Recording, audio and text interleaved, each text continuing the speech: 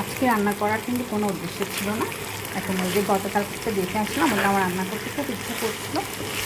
কালকে থেকে তো মেয়েদের ছুটি পড়ে যাবে, এই তো রান্নাটা করে নিলাম আর আমি মেয়েদেরকে খুব খুশি হবে। এখানে 2টো লঙ্কা দিলাম, অল্প আদা, অল্প রসুন দিলাম, আর টমেটো সস দিলাম, আর একটু করে মশলা দিলাম। এবং ঘরোয়া মশলাটা দেখো হাঁচি বাকি করছি, অনেক ফ্লেভার।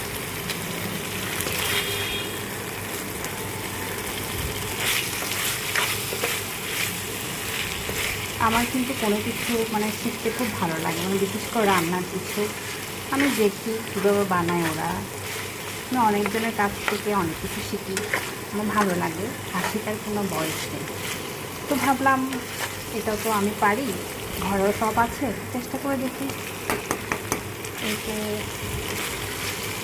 টাটা।